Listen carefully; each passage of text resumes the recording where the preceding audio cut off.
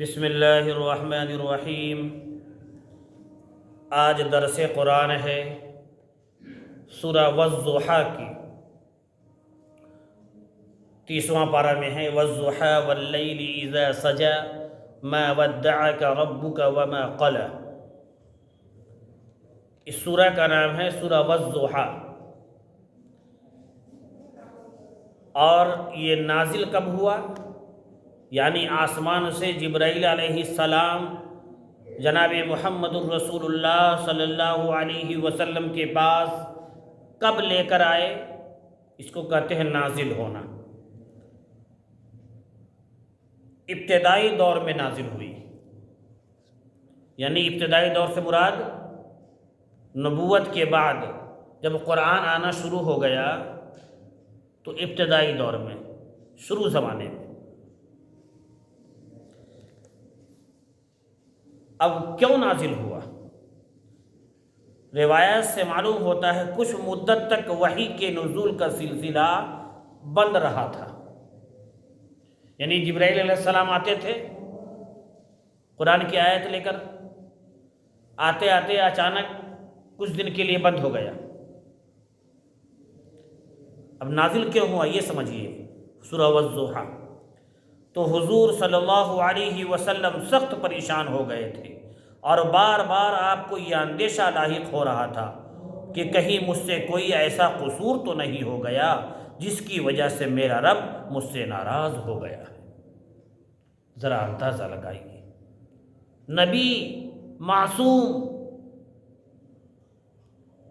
اور وہ بھی رب العالمین کے محبوب، اور تھوڑا سا بند ہو گیا تو کیا خیالات آنے لگے؟ اور آج ہم اس نبی کے غلام اور گنہگار غلام، اعمال کے اعتبار سے زیرو،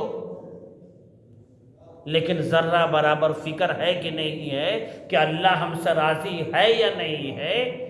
نماز ہم پڑھ رہے ہیں نہیں پڑھ رہے، قرآن پڑھ رہے ہیں نہیں پڑھ رہے، نبی ہم سے راضی ہے یا راضی نہیں ہے؟ ہمیں کوئی ٹینشن نہیں۔ اور نبی ترنت گھبرا گئے، ناراض ہو گیا ہے، اس نے مجھے چھوڑ دیا، یعنی نبی پاک صلی اللہ علیہ وسلم خیالات آنے لگے۔ تو یہ دونوں خیالات آنے لگے، اس پر آپ کو اطمینان دلایا گیا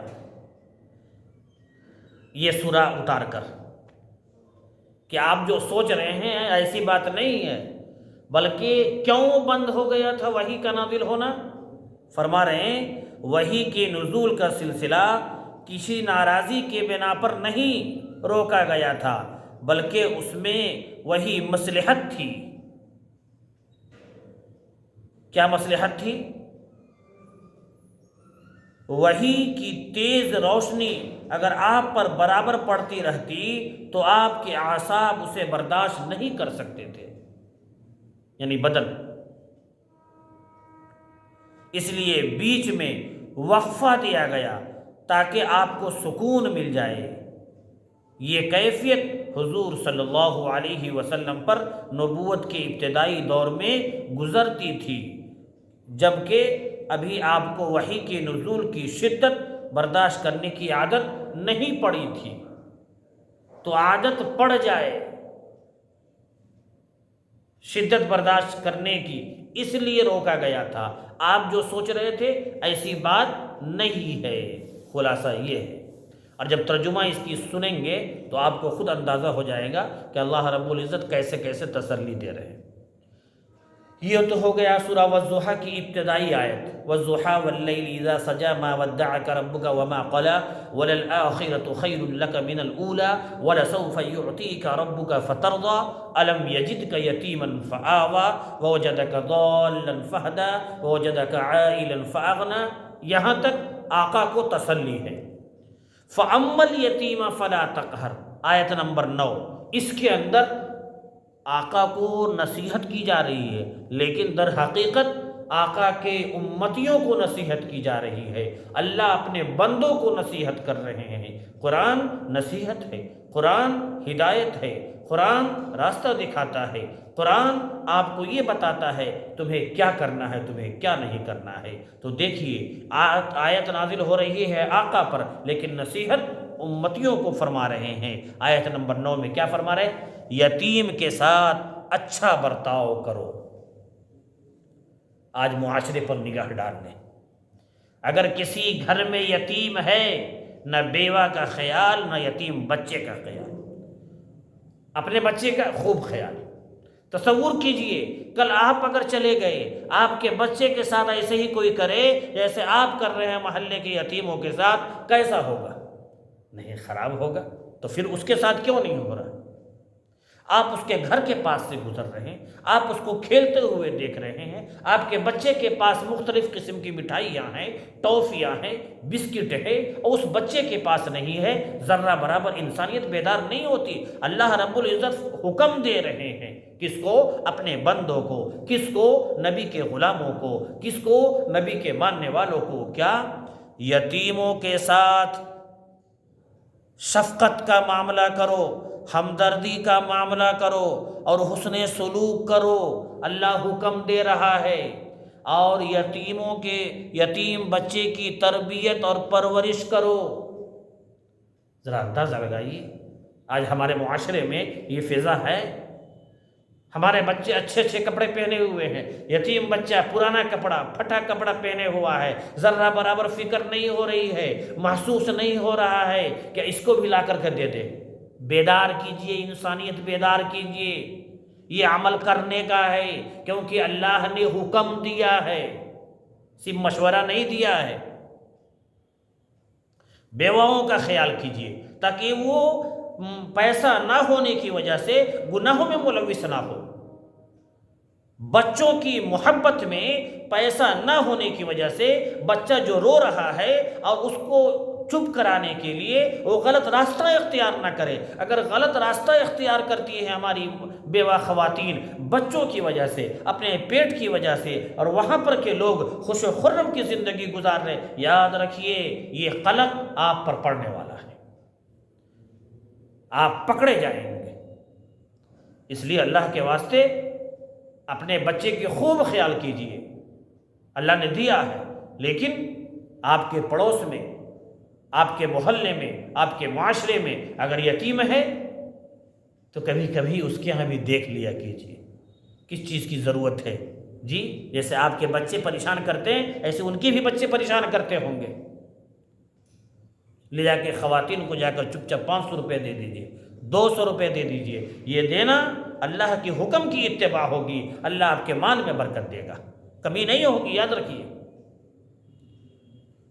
تھوڑا سا ادھر ادھر کا پیسہ کاٹ کر کے ادھر دیجئے، دوسرے لوگ تو گزارا کر لیں گے، وہ نہیں گزارا کر سکتی ہیں۔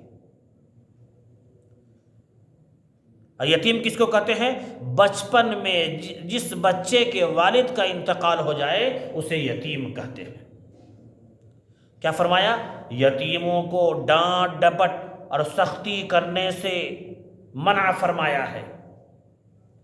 تنبیہ کیجئے، اصلاح کیجئے، لیکن تنبیہ کے طور پر ہو، ڈانٹ کے طور پر ہو، مار کے طور پر ہو۔ آپ ایسا مارنے لگے کہ لگ رہا ہے کہ کوئی ایسا ظلم کر دیا۔ جی اگر مار کے اندر غصہ شامل ہو گیا، پوچھے جا کے علماء سے، ڈانٹ کے اندر غصہ شامل ہو گیا، پوچھے جا کر کے علماء سے۔ اور سب سے کھلی ہوئی کتاب ہمارے نبی کی سیرت ہے۔ آپ نے یتیموں کی پرورش کی، آپ نے یتیموں کا دیکھ بھال کیا، آپ نے یتیموں کے ساتھ معاملات کیے، آپ نے بیواؤں کے ساتھ معاملات کیے۔ آپ دیکھ لیجیے کتابوں میں آتا ہے کہ آقا صلی اللہ علیہ وسلم کے خادم 10 سال ان کے پاس رہے اور آج تک اف تک نہیں کہا، ڈانٹ ڈپٹ تو چھوڑ دیجیے۔ اور آگے لکھتے ہیں خود خادم کہ ہم کبھی آقا کے خلاف بھی کر دیتے تھے، یعنی انہوں نے جو نہیں کہا وہ بھی کر دیتے تھے، پھر بھی اور یتیموں کو آپ کندھے پر بٹھاتے تھے۔ کا فرمایا اس کے مال کی حفاظت کا حکم دیا اور ناجائز طور پر کھانے اور بیجا استعمال کرنے سے منع کیا۔ ہمیں بھی یتیموں کے مال کی حفاظت اور اس کے ساتھ حسن سلوک کرنا چاہیے، ہمدردی کا معاملہ کرنا چاہیے، شفقت کا معاملہ کرنا چاہیے۔ یہ ہے سورہ کا خلاصہ۔ اب دیکھیں ترجمہ دیکھیں۔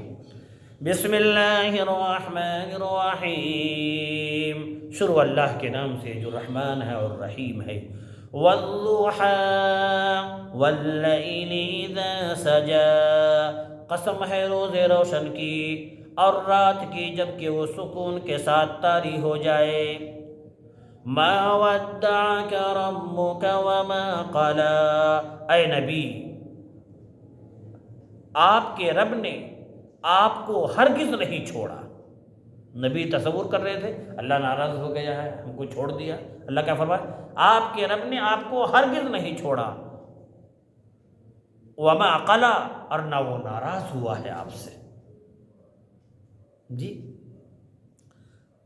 وَلَلْآخِرَةُ خَيْرٌ لَكَ مِنَ الْأُولَىٰ، اور یقیناً آپ کے رب آپ کے لیے بعد کا دور پہلے کے دور سے بہتر ہے۔ یعنی ابھی جو آپ کے ساتھ پریشانی ہے، کل انشاءاللہ آسانی آنے والی ہے، تسلی دے رہے ہیں۔ نبی کے غلاموں کو بھی یہی تسلی ہونی چاہیے۔ آج اگر ایمان کی وجہ سے پریشانی ہے، کل انشاءاللہ آسانی آنے والی ہے۔ صبر کریں، دعا کریں، رجوع الی اللہ ہو، سنت کے مطابق زندگی گزاریں۔ وَلَسَوْفَ يُعْطِيكَ رَبُّكَ فَتَرْضَىٰ، ان قریب آپ کا رب آپ کو اتنا دے گا کہ آپ خوش ہو جائیں گے۔ اس میں تم کا لفظ لکھا ہوا ہے، میں آپ کا لفظ استعمال کر رہا ہوں۔ آقا صلی اللہ علیہ وسلم کو اللہ رب العزت فرما رہے ہیں ان قریب دے گا انشاءاللہ، اور وہی ہوا۔ مفسرین لکھتے ہیں اور تاریخ بھری پڑی ہے، پریشانی آئے پھر آسانی آئی۔ اب آگے اللہ رب العزت تسلی دے رہے ہیں۔ دیکھیے آپ کی پیدائش ہوئی تھی یتیم کی حالت میں، وہی در الم یجدک یتیما فآوی ووجدک ضالا فہدی ووجدک عائلا فاغنی، کیا اس نے آپ کو یتیم نہیں پایا؟ یعنی آپ کی پیدائش ہوئی تو آپ یتیم تھے، پھر ٹھکانہ فراہم کیا، آپ کی سرپرستی آپ کے دادا نے کیا، پھر چچا، وہی کہہ رہے اللہ، تمہیں ناواقف راہ پایا، پھر ہدایت بخشی، یعنی نبوت عطا فرمایا۔